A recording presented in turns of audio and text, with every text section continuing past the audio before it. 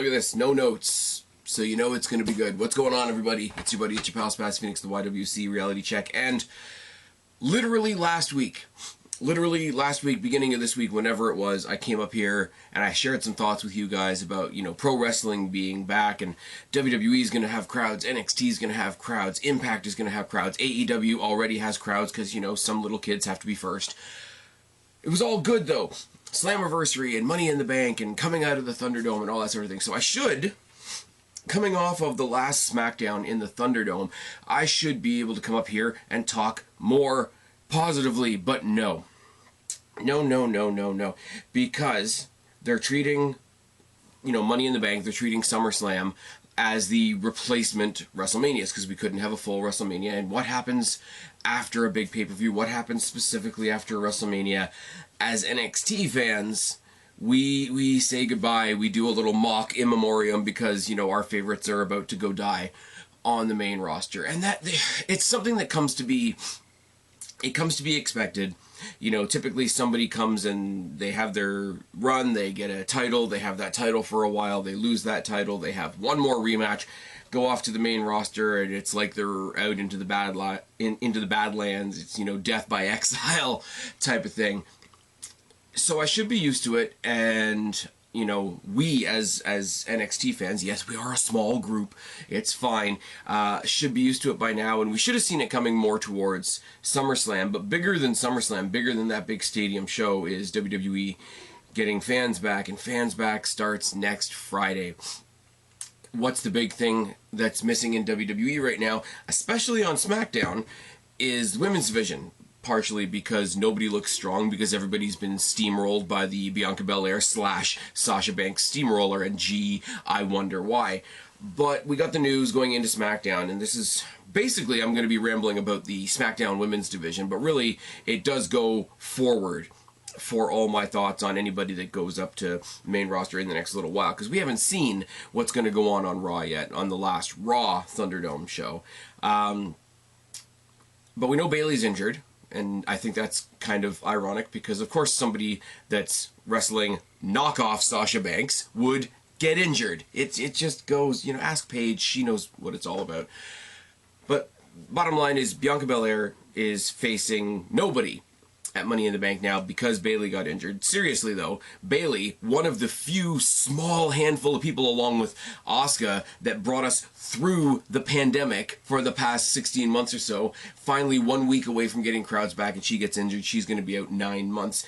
People are out there being dickheads and speculating that she's pregnant or whatever the case may be, or she carried us to the promised land and now she's going to go on vacation. Now, speculating that somebody's pregnant, unless they say they're pregnant, like the friggin' Becky Lynch thing, is a bullshit thing to do. And if the person behind the Bayley character said, you know what, I have carried you all the way through the pandemic and now I am going to take a break, good for her, if that's the case. But it sucks for us, right? Because Bayley's awesome. Bayley is carrying this thing with her and Bianca Belair the best she can with a so-so opponent and no audience. So that sucks. So they took her off of the show and they gave us a replacement that they know isn't pay-per-view worthy, at least not pay-per-view with a crowd worthy, but it's okay SmackDown with a crowd worthy. So what did they do? They slid Carmella into that spot for no reason, and everybody says, oh, well, why would you put Carmella in there? You know she's not going to win. Well, you knew Bayley was going to get steamrolled. So that part didn't change. What it did was it fast-tracked the Liv Morgan story to get her into Money in the Bank, which is fine. I like Liv Morgan. I don't think she gets nearly what she deserves. All 3 members of the Riot Squad, she's the only one that's left. None of them got what they deserved. It's nice to see one of them at least getting a bit of a storyline. It seems like she's got a storyline going on with Sonya Deville as well. When Sonya Deville is ready to come back to in-ring competition, that's a feud I'd like to see. But did it not illustrate the fact that there's, like, realistically no women? You've got Bianca Belair and Sasha Banks are the only ones we're supposed to care about. And Sasha Banks, as she does, went and fucked off again. So you've got Bianca Belair and a bunch of other people that we're told are not important because they're not Bianca Belair, leading back to the reasons leading up to their WrestleMania match, and we're not going to get into that in this video. But it really does sort of draw an underline around the idea that they really don't have anybody, because the only other ones that they could have put in that match other than Liv Morgan would have been the tag team champions, and then you wouldn't have had a tag team title match. And I think we are getting a tag team title match, as we're going to talk about shortly. So Liv Morgan's in the Money in the Bank now. Carmella's out of the Money in the Bank. She's gonna have a losing match on SmackDown instead of being part of a very popular gimmick at the first pay-per-view with crowds. So Liv's in, that's cool. Carmella's out, she got fucked. Bayley's apparently injured. Sasha Banks is taking another 6-month hiatus because she thinks she's special. And Bianca Belair is going to go on with the championship. Fine, cool, whatever. But you do have 2 other champions on that show. And they came out on SmackDown and they said, we're coming out to mystery opponents. So I thought they were going to job out to a team. And I thought there might have been a call-up. I thought for a brief moment, you know what? I don't want to lose anybody on NXT because the women's division in NXT is knocking it out of the park. Fight me. But if they took up somebody like the Robert Stone brand, if they're going to job to the champions just to keep Natty and Tamina in the conversation, then cool, bring up a team like the Robert Stone brand. Bring up Aaliyah and Jessica Mia, who are the lower end of the card right now. To the SmackDown audience that doesn't watch NXT, they're literally nobody. So to have let them have an exhibition of what they can do. Tamina and Natalya are the champions, so obviously they're going to win. It's all good. And then I heard the revving engine in the entrance, because they came out and said, oh, well, we've been challenged by surprise opponents. And I'm like, well, fuck me. There's not enough people on the SmackDown roster for the opponents to be a surprise. Maybe you shouldn't have gotten rid of the Iconics. We can talk about that later. But it's Shotzi Blackheart and Tegan Nox. And I stumble over that because, you know, when you talk about tag teams, it should be Shotzi Blackheart and Ember Moon. But whatever. And it's the first time in a long time that wrestling has actually pissed me off. Now, I know if you talk to some of my co-hosts, talk to Guapo, talk to Jake DeMarco, talk to anybody that watches my channel that says I basically give WWE a free pass. It's like, no, I don't give WWE a free pass. WWE does some stupid shit. I just don't let it ruin my day, and I laugh my ass off at them for being stupid. But there's a whole lot of layers to this for me. A, I don't want to see Shotzi Blackheart become another, what's the examples that I can think of? Alexa Bliss, Nikki Cross, Ruby Riott. I'm sure there's more that I'm not thinking of, that basically went up to the main roster without ever having a chance to hold the NXT women's title, because not all of them are going to have a Charlotte Flair backtrack story, and that's fine. The backtrack story, Balor, Flair, Breezango, can't happen all the time, and it can't happen for everybody, but it does mean if somebody goes up without having a chance to grab the title, like a Bronson Reed, who we're also thinking about, it is kind of tragic because it's a missed link in the chain of their career, in my opinion. Plus the women's championship. I mean, even if you don't watch NXT, you've got to admit the women's championship on NXT is a lot more valuable than the Raw or SmackDown interchangeable blue and red titles. So it broke my heart to see my girl Shotzi on main roster NXT. It broke my heart that they were bringing her, if they were going to bring her up in a tag team scenario, that it wasn't her and Ember Moon, because how long have they worked? They've grinded through the entire pandemic developing that fun, cool tag team, and that's kind of interesting. Now, that might be another like Ciampa situation where Ember Moon came back to NXT and said, no, I'm not going back. And if that's the case, then good for her. But instead, they stick her with Tegan Nox, which is awesome.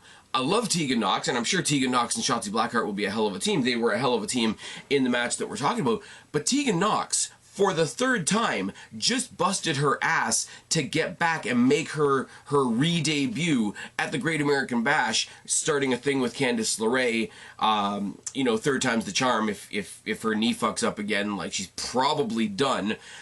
And she's never had a run in NXT, let alone any title aspirations. She wasn't even in a tag team championship match. And if you're going to debut her in a tag team coming up to the main roster, it should be the tag team that she used to be in with, what the hell's her name? Dakota Kai. Dakota Kai is going to split from Raquel Gonzalez eventually. We all see it coming for those of us that are watching NXT. So you know there's going to be at least rekindling of the rivalry or a mending of the ways between Dakota Kai and Tegan Nox at some point. So you took two halves of two different tag teams to make a makeshift team on SmackDown, but then they come out, they're the surprise opponents, and I'm thinking maybe it's the John Cena thing, maybe it's the John Cena Open Challenge where people came up from NXT and sort of shot their shot and went back to NXT and just had something to brag about. But then they won, and how fucked up is it that WWE have fucked up so badly that somebody I like won, and it pissed me off. Because if they won, that means they're going to get a title shot eventually. And if they're getting a title shot on the main roster, they're not going back. So you've got Ember Moon, who's been part of a tag team, who's now stranded, not stranded in NXT, but stranded as far as where she's going to go now. Candice LeRae, who was just attacked on Tuesday, who supposedly had a new opponent going, but didn't. Tegan Nox, who just came back to the main roster, or came back to NXT with the whole battery thing and the charging up and the cool entrance and all that sort of thing. Fine. And Shotzi Blackheart, who I'm incredibly biased towards. And yeah, just I'm terrified that they're going to fuck her up on the main roster because she's fun, and WWE has the habit on the main roster of just making fun people into goofballs, and I don't like that. My example is Bronson Reed. Bronson Reed in NXT has this cool sort of Godzilla adjacent gimmick going on. He's got the skyline with the broken buildings and the cool music and all that sort of thing. He even had the jacket with the lizard on it and whatever. Everybody gets it. You know, it's the Godzilla, it's the kaiju adjacent thing. Main roster WWE is going to look at that and have him out there in 2 weeks in a fucking dinosaur costume or some bullshit. Are they not? I mean, Karrion Kross is one that we know we're going to lose because he's going to lose to Gargano, and I'm going to be happy about that. And then he's a main roster guy. Karrion Kross, out of all of them, is one of them that I think is going to do better on the main roster than he did in NXT because he's a superstar. I find him to be a superstar more than a wrestler. You've got people like Baron Corbin, who did not too much better, but better, and was better received on the main roster than he was in NXT. Right now, he's got this cool, like, downfall redemption thing going on. That's pretty cool. Alexa Bliss found herself on the main roster. Nikki Cross, let's not talk about that right now. And whatever you want to say about Braun Strowman, on the main roster, on NXT, he was a Rosebud. So you can turn it around. There are people from NXT that have been treated well. Let's not forget that Seth Rollins, multiple-time world champion, WrestleMania Money in the Bank cash-in main eventer guy with the heist of the century, was an NXT guy. Big E is getting a big push right now, and he's dripping in mid-card and tag team accolades. So there are people that do flourish on the main roster. I'm not saying that there are not, but the ratio is just not there. If Cross goes up and he's okay, then the law of diminishing returns is going to say the next 5 or 6 or 7 people that get sacrificed to the main roster are going to fall flat on their asses. So not only am I bummed that 2 awesome characters are being pushed to the main roster. Not only am I bummed that they're in a tag team, but neither one of them is with the tag team partner that they should be with. Also, SmackDown. I'm sorry. All over the place. As I say, here's the clipboard. No notes. Whatever. I don't care. I'm having a ramble. You guys are here with me for the ride if you want to be. SmackDown with fans is literally next week. You couldn't have had them wait a week and say, okay, well, we threw this team together and we threw that team together. Like, have them squash it. Like, I say, Robert Stone brand, I hate to sound like I'm shitting on them, but if you want to have a surprise team come up, and they could have squashed the Robert Stone brand and rah. They could have talked some shit about NXT. It would have riled up the NXT fans, and they could have said, you know what? And if NXT is so great, why don't you send us another team next week when there's crowds? This could have been received, even though I think this was done completely wrong, even though bringing them up at all, I think, is wrong, even though the pairing is wrong because both of them have other tag team partners. Even though I think it's all wrong, this in front of a crowd would have kicked ass, at least in the short term. It would have been like Roman Reigns out there cutting a promo, and all of a sudden Adam Cole runs out, kicks him in the face, and leaves. Now, the fallout from that would be terrible because it would be the ruining of Adam Cole on the main roster. It would be NXT losing Adam Cole. But in that 1 minute, we would get that, there's one of our guys, and just kicking one of the other guys in the face. This would have been that with Shotzi and Tegan, and you could have been happy for them. And it's just not that. Like, you did it badly, and you did it badly in front of no one.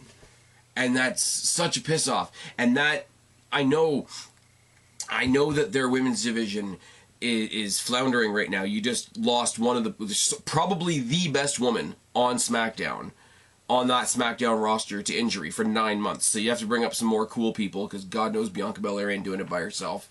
You need to bring in more. You brought in Zelina Vega, and then you jobbed her out. Now, you jobbed her out for the Liv Morgan story, which I like, which is awesome, because I do think Liv Morgan deserves to be elevated, but you don't do it with Zelina Vega. Now, Zelina Vega boiled a lot of piss with the fact that she's back in general, so people are already grumbling about that. So you've got that. You've got Carmella with this title shot that she doesn't deserve, that nobody cares about, because we know she's going to lose. And her losing that match on SmackDown means she loses a spot in a cool, prominent pay-per-view on next Sunday. So she loses by getting a title match. That's fucked up. My girl Shotzi and Tegan Nox this past Friday lose by winning a match on SmackDown, because it only means that bad things are to come. And to top that all off, after that, about a segment or two after that, we get another video package, because NXT is also losing Toni Storm. Now, I like Toni Storm. I watched Toni Storm in the Mae Young Classic, as you guys know. I watched her title feud with Rhea Ripley in NXT. In NXT UK was great. She was the babyface. Rhea Ripley was the solid heel. It was their main feud. It was the main feud that got that women's division up off the ground. Now you've got people like Meiko Satomura holding up that title, which is also awesome. When they brought her to NXT, and I will say NXT kind of flubbed the ball a little bit, because they brought in Rhea Ripley first, and the bad guy was popular when the good guy showed up. So I don't think Toni Storm ever really caught her footing in NXT proper, which sucks, which is a failing on NXT's part, and I'm willing to admit that. So maybe she gets a turnaround on SmackDown, which is fine. I mean, it's better than her ending up on Raw. Let's be real about that for a second. But it's just, to get that video package for Toni Storm after they fuck up this debut here, really, really, really just broke my heart as the NXT guy. And if they're willing to put Shotzi, Tegan Nox, Toni Storm, just pluck them and put them on SmackDown, which, even though it's the big moneymaker on Fox, it's still not the flagship show. How many people in NXT are getting sacrificed to Raw on Monday? And how many people from NXT are getting sacrificed to the main roster on the Raw and SmackDown after SummerSlam? Because don't forget, after the Raw and SmackDown after SummerSlam, which we're treating like the Raw and SmackDown after WrestleMania, there's also going to be a draft. So these are the people we're losing before there's even a draft. This is fucked. This is all. I'm just ranting. There's no other way to say it. I'm just ranting here. I've just thrown the camera on. As I say, I'm not going to grab the clipboard again. No notes. These are my thoughts right now. But Jesus fucking Christ, WWE continues to fail, and NXT continues to be the Band-Aid. And the fact that NXT continues to be the Band-Aid makes it infuriating when they're like, oh, well, why bother watching NXT? Well, if you're watching WWE and you tell me why bother watching NXT, please understand that what I'm watching is patching all the chasmous holes in what you're watching. That's it. That's really all I can say. This is super fucked. As I say, normally when WWE does something stupid, when Miz and Priest had their match at WrestleMania Backlash and the zombie lumberjacks came out, I was like, alright, that's fucking stupid. I'll go on Twitter. I'll watch people lose their shit. It's fine. When Seth Rollins put out Rey Mysterio's eye, when Rey Mysterio and somebody else that I can't even remember were thrown off the top of Titan Towers because they did Money in the Bank at the top of the ladder on the roof of the building, whatever the hell that was. Yeah, hilarious when they do all kinds of other when AEW decides to throw Chris Jericho in a tub of orange juice because that's what passes for comedy in AEW. Fine, cool. I can have a laugh at that. This is like misuse of the NXT, whether you want to admit it or not, is the best thing going in WWE. NXT UK struggles because it's on at a weird time. They don't have any crowd. They don't get advertised nearly as much as they should, so they struggle. 205 Live is about to die. Let's just be real. With all the releases that are happening and how many of those releases were cruiserweights and how many of the remaining cruiserweights are coming over to NXT, 205 Live is about to die. Raw is cancer. SmackDown is trying its best not to be cancer. The saving grace of all of this is these people that I am invested in as a wrestling fan ended up on SmackDown instead of Raw. So we got pissed on instead of getting shit on, is what that's saying. But like, Raw is cancer, SmackDown's really trying its best not to be cancer. NXT is the best thing going on in this show, and as one piece in a larger wheel, it is being criminally misused. And although I came out here last week and said, oh, look at all this positivity, we're all getting up, and I do still believe that. Please understand, I do still believe everything I said last week. Wrestling is back. Wrestling's going to be back with crowds. We're going to have a big stadium show. It's all going to be exactly what it was. But after we get over the hoopla of it's going to be exactly what it was, remember that what it was still wasn't that great, and we still had shit like this to bitch about. So the difference is going to be when COVID is over, or when the restrictions are over, or when the fanless era is over, we are going to get what we had before, flaws and all. We're going to go get back to complaining about the regular stuff, not complaining that it's really, really depressing that WrestleMania took place in a gym.